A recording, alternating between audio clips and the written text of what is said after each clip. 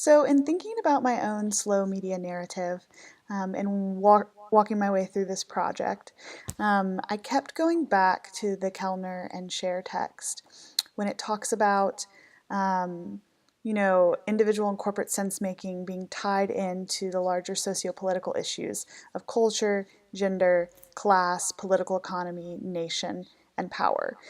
All of these large societal things are tied into our individual daily existences, both physical in the environmental ecological sense, but now with the daily use of digital tools, also digital and technological.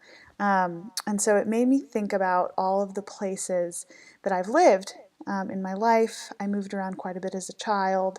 I was born in Akron, Ohio, and I was born in 1990. And in 1990, typically there would be VHS videos made.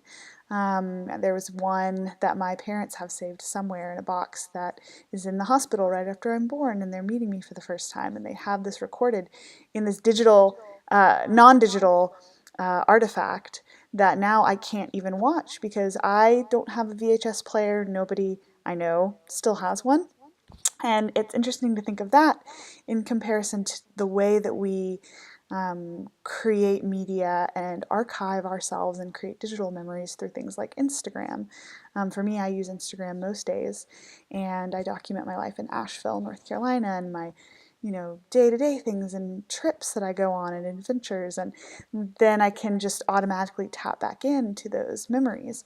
And so in thinking about this project and our slow media narrative, I learned a lot about tying in the place that I am in from the eco-criticism that we read about in the Lopez article.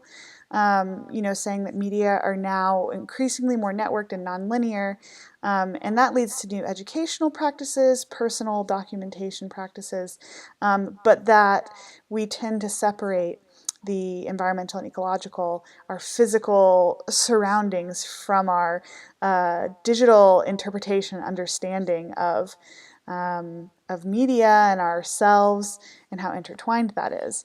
And so with my slow media narrative, I really sought to explore those ties, how it's a map with lots of inputs and outputs, and our existence, that digital and that physical, the line has become very blurred, and it's all just kind of a natural flow of our day to day.